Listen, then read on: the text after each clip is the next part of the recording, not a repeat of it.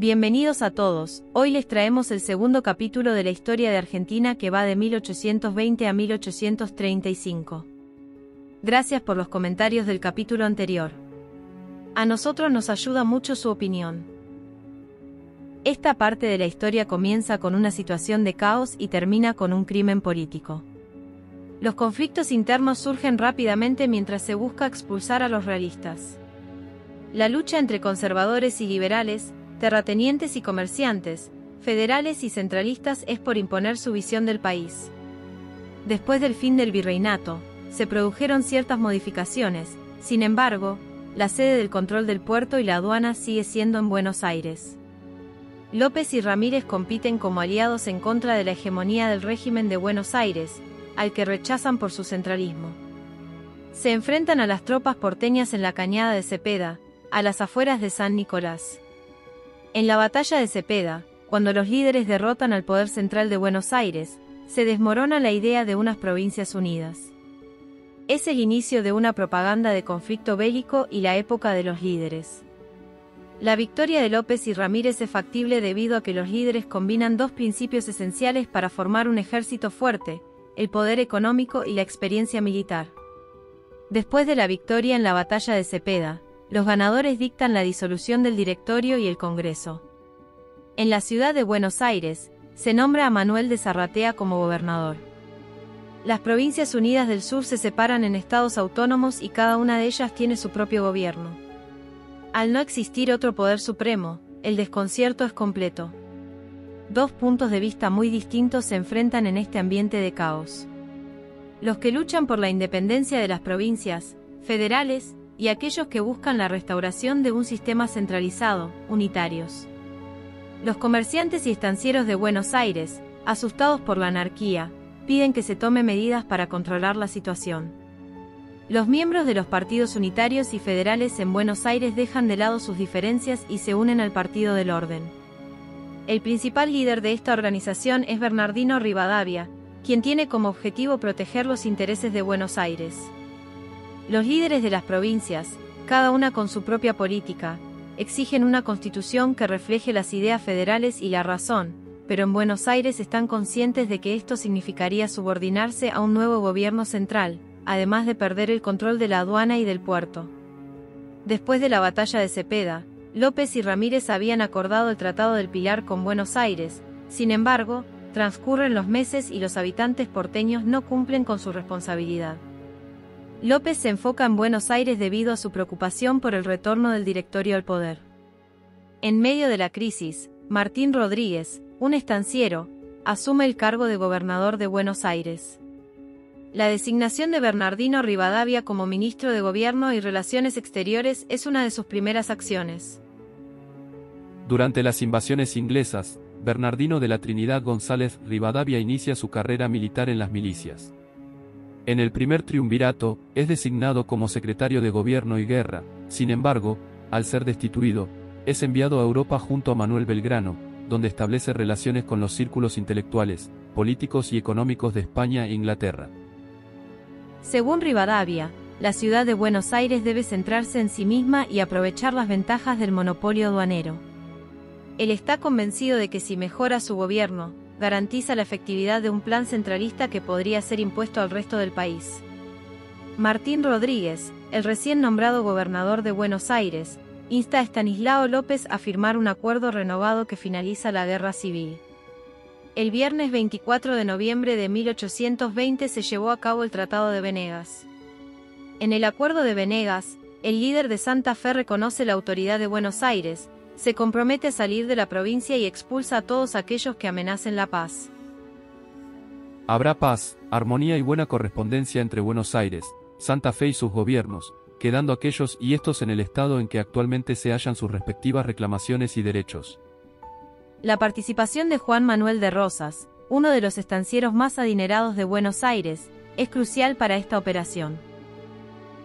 Rosas nace en 1793 y cuando tiene 13 años, se une a la defensa de Buenos Aires durante la invasión inglesa. Rosas es uno de los estancieros más adinerados de Buenos Aires, pero sabe muy bien la vida y las tradiciones de sus peones, quienes lo veneran mucho. Para que López ratifique el acuerdo, Rosas proporciona dinero y numerosas cabezas de ganado. En otro aspecto del acuerdo, López renuncia a su excompañero y amigo Pancho Ramírez. El líder entrerriano se enfurece ante esta traición. Ramírez tiene la intención de tomar venganza y avanza con determinación hacia la provincia de Santa Fe. Un grupo de soldados y su compañera de vida y de batalla, la Delfina, lo acompañan. Se enfrentan a las fuerzas de López en la batalla y después de un intenso enfrentamiento, son vencidos. Acorralados y con escasos medios, optan por plegarse y se dirigen hacia el Chaco. En su viaje, es detenido por las fuerzas de Juan Bautista Bustos, quien es el líder de Córdoba y es un aliado de López. Ramírez consigue liberarse, sin embargo, Delfina queda encarcelada. El líder no tiene dudas y regresa en busca de ella. Aunque logra rescatarla, en el transcurso de la pelea recibe un balazo en el pecho que le causa la muerte de inmediato. Según la leyenda, López guarda un trofeo en su escritorio, un recuerdo de su antiguo socio y compañero, e incluso existe una factura de $42 por las tareas de embalsamamiento de una cabeza humana. El 9 de julio de 1821, Pancho Ramírez fue asesinado. Mientras tanto, en la ciudad de Buenos Aires, Rivadavia, quien se habría educado bajo los principios de la Revolución Industrial, busca convertirla en una capital europea. A pesar de la creación de la Dirección General de Correos, Postas y Caminos, la supresión de las órdenes religiosas y la sustitución de los cabildos provinciales por una junta de representantes, la nueva nación parece no estar lista para estos cambios. Rivadavia se encuentra en conflicto con la Iglesia Católica debido a las reformas liberales que propone. Sus líderes políticos exigen una mayor participación del Estado en áreas que anteriormente eran controladas por la Iglesia, como la educación, la beneficencia y el entierro. En 1823, hubo una conspiración armada dirigida por el abogado Juan Gregorio de Tagle en contra de las reformas de Rivadavia, pero fue sofocada rápidamente. Rivadavia también fomenta la construcción pública y solicita un préstamo de 1 millón de libras esterlinas para ello. La casa Baring Brothers es la que ofrece las peores condiciones para el país cuando se toma el empréstito. Después de descuidar las comisiones de los gerentes, los gastos de emisión y varias cuotas anticipadas, solo 560.000 libras llegan a Buenos Aires. La mayoría de las libras son letras para cambiar en negocios británicos que son propiedad de los mismos administradores del préstamo. El empréstito de los Baring Brothers es más que una estafa. El poco dinero que queda se desperdicia y no se construye ninguna de las obras públicas del plan original. La deuda externa de Argentina comenzó en ese momento y solo se terminó de pagar en 1904. En respuesta al préstamo, todas las tierras públicas están hipotecadas, por lo que Rivadavia elige implementar el sistema de enfiteusis, que permite alquilar las tierras del Estado a los individuos. Los arrendatarios establecen los precios, lo que resulta en precios muy bajos y sin embargo, nadie lo paga. El Estado no recibe beneficios de esto, pero sí los 538 arrendatarios que tienen aproximadamente 8,5 millones de hectáreas en la región más productiva del país. La mayoría de ellos forman parte del grupo de Rivadavia, el cual es de tendencia liberal y mercantil.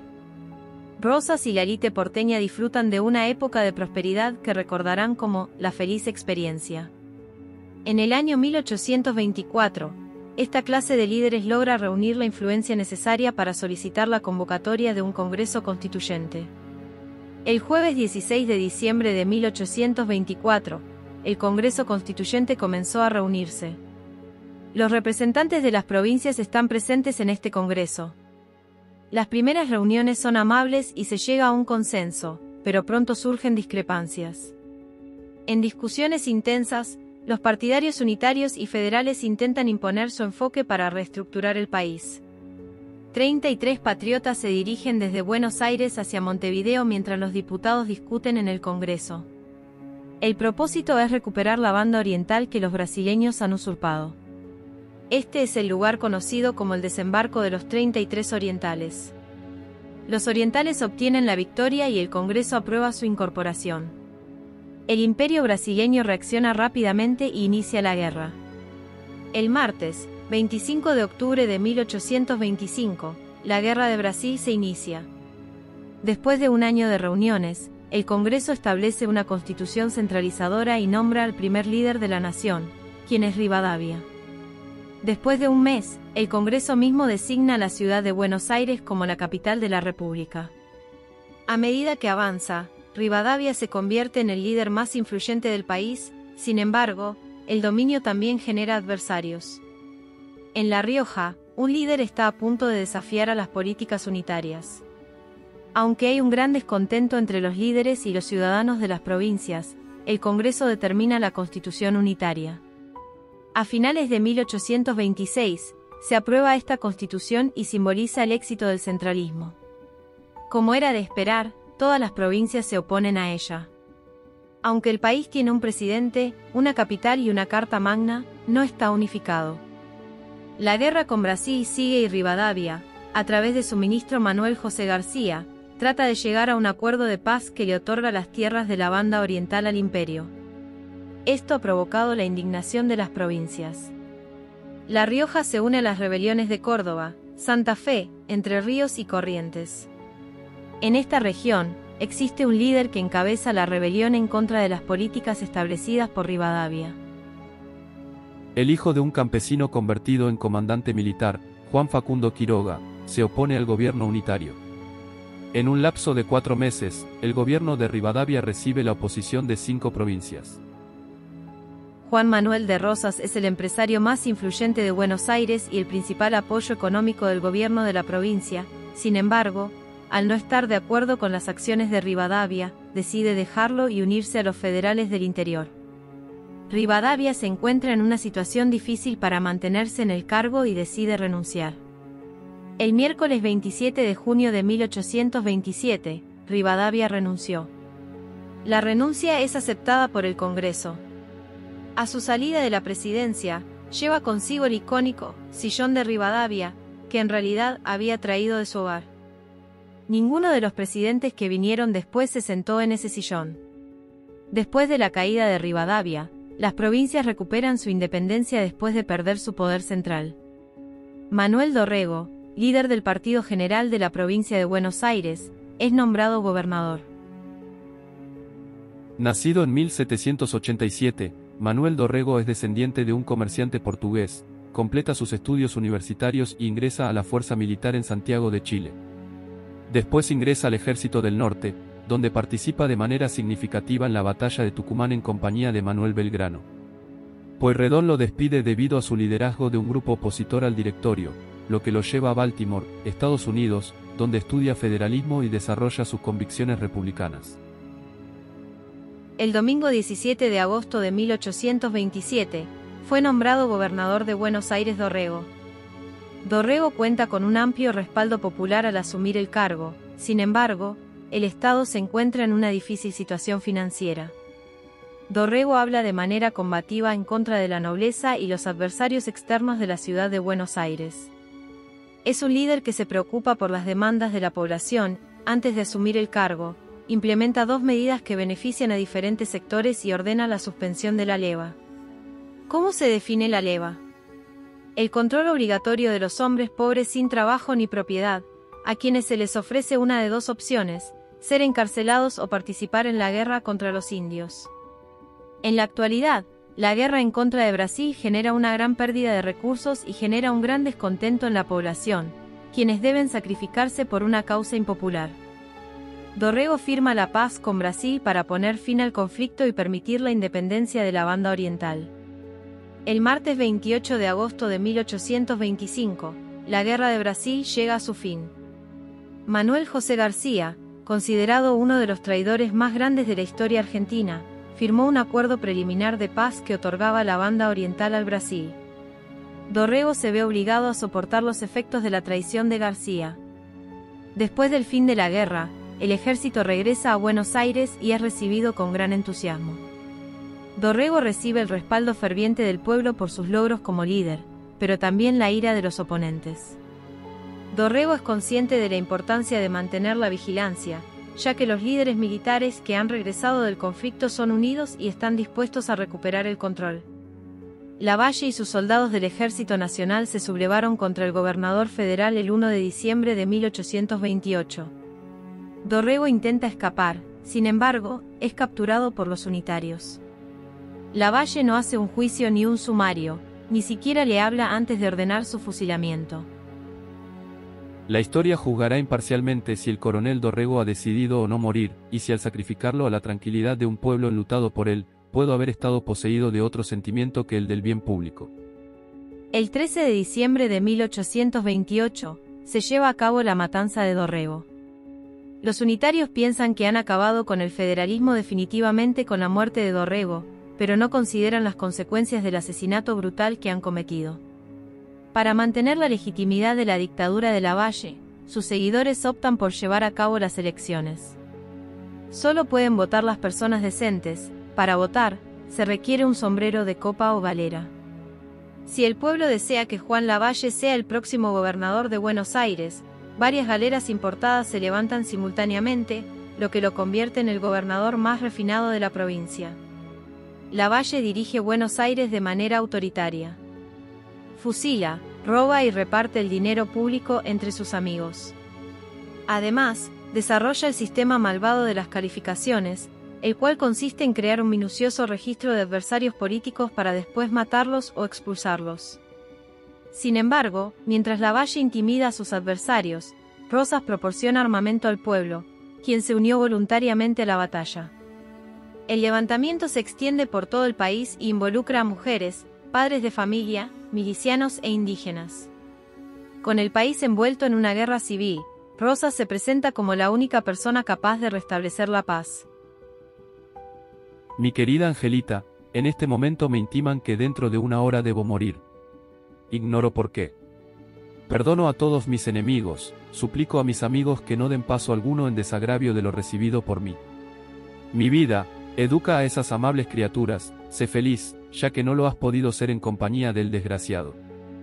Los federales logran la victoria 7 meses después del asesinato de Dorrego. Rosas firma la paz con Lavalle y revitaliza la Junta de Representantes, quienes lo nombran gobernador de Buenos Aires a finales de 1829.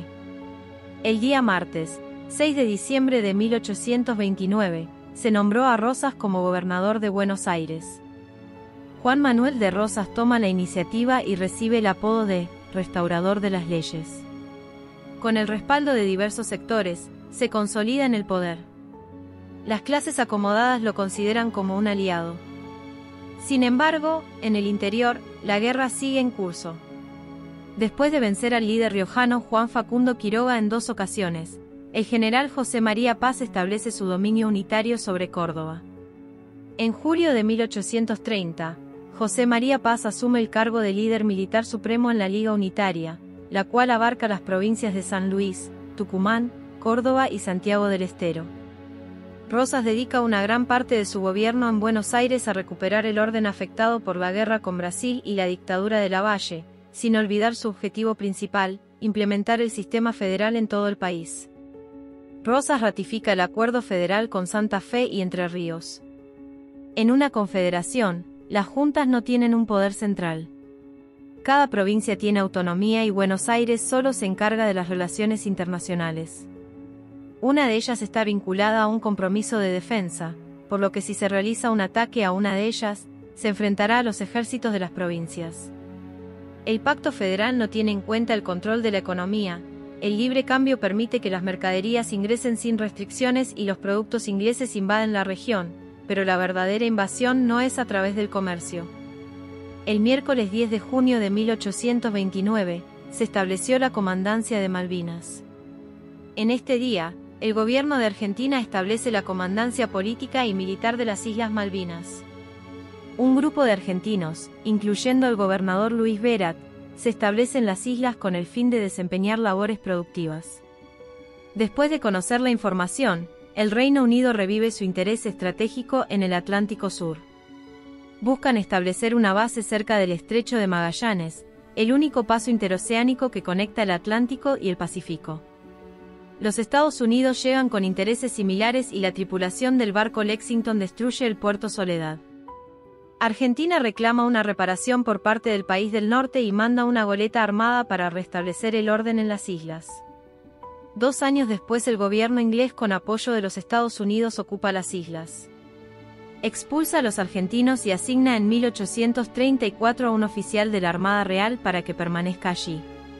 Unos años después, en 1841, Gran Bretaña nombra un gobernador y convierte a las Islas Malvinas en una colonia británica. El Pacto Federal de 1831 entre Rosas y las provincias orientales también incluye la convocatoria de un congreso para planificar el sistema federal. No obstante, Rosas se niega a cumplir con el punto del convenio que implicaría dividir la ganancia aduanera que beneficia a la ciudad de Buenos Aires. En el interior, el general Paz tiene la intención de acabar con las tropas fieles a Quiroga y asumir el gobierno de La Rioja. Los seguidores del líder riojano están siendo perseguidos y asesinados. Paz piensa que están a punto de desaparecer. Sin embargo, después del acuerdo federal, Quiroga se fortalece y obtiene triunfos importantes en Córdoba, Mendoza, San Luis, San Juan y La Rioja. El federalismo no es un grupo homogéneo, ya que los líderes tienen diferentes temperamentos e intereses, lo que a veces los lleva a conflictos. Sin embargo, aunque la relación de Quiroga con Rosas es fluctuante, nunca se desmorona. En Córdoba, el 10 de mayo de 1831, Paz sufre una derrota y su provincia se une al Pacto Federal. En la batalla de la Ciudadela, Quiroga vence a lo que queda del ejército unitario en Tucumán y los federales controlan de nuevo casi todo el territorio nacional. Vencidos los unitarios, los líderes federales tienen la difícil tarea de mantener la paz entre ellos. La primera administración de Rosas termina después de 3 años en el cargo. Ha logrado su objetivo principal, que era evitar la guerra civil en Buenos Aires, y lo ha logrado. La legislatura porteña le ofrece la posibilidad de ser reelegido, sin embargo, debido a que ya había superado el riesgo unitario, ahora se le niegan las capacidades extraordinarias.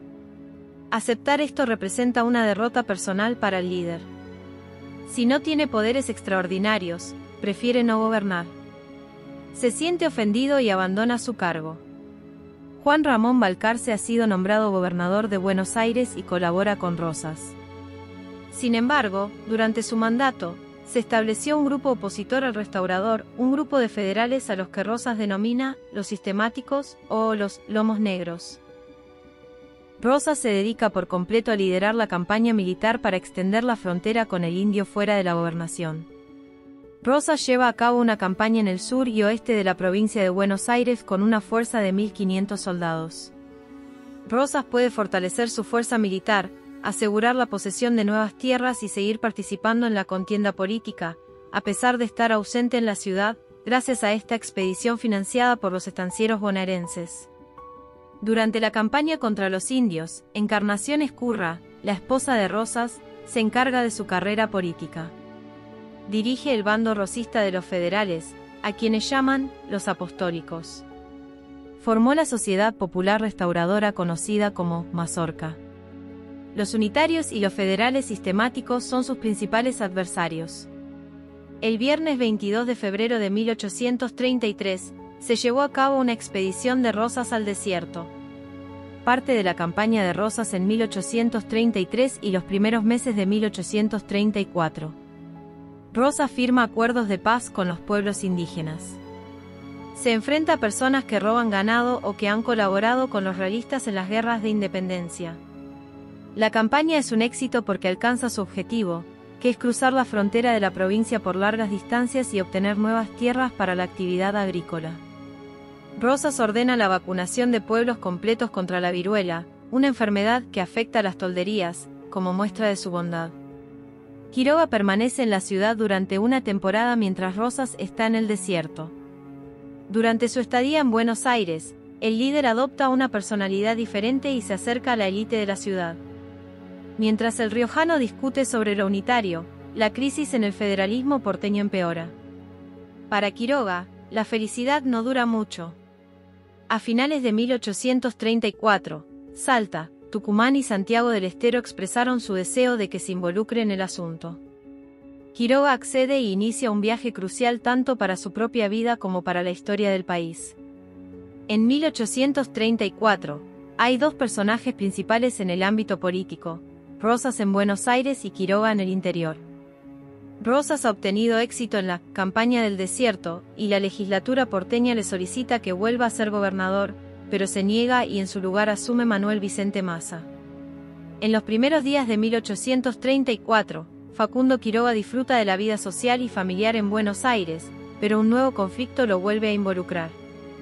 Massa se sorprende al tomar el control. Salta, Tucumán y Santiago del Estero inician un conflicto bélico con Buenos Aires.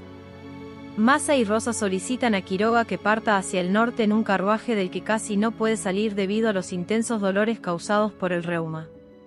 Durante la campaña, Rosas ofrece su protección a Quiroga, pero el riojano rechaza la propuesta. Pide una carta de apoyo para su misión a cambio. A su paso Quiroga limpia los últimos resabios unitarios, pero la carta de Rosas nunca llega. El interior parece volver a ser todo federal, todo menos un territorio que escapa del control del caudillo. En Córdoba, López había desplazado los hombres de Quiroga y designa a los hermanos Reina Fe.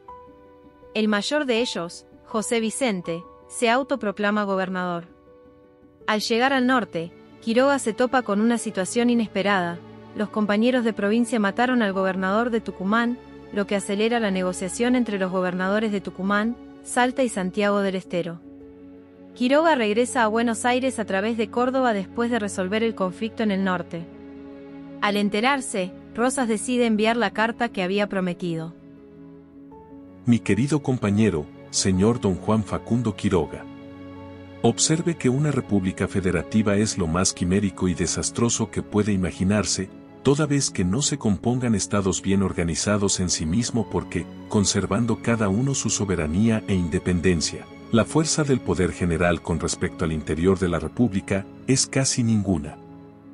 El asesinato de Quiroga ocurrió el lunes 16 de febrero de 1835.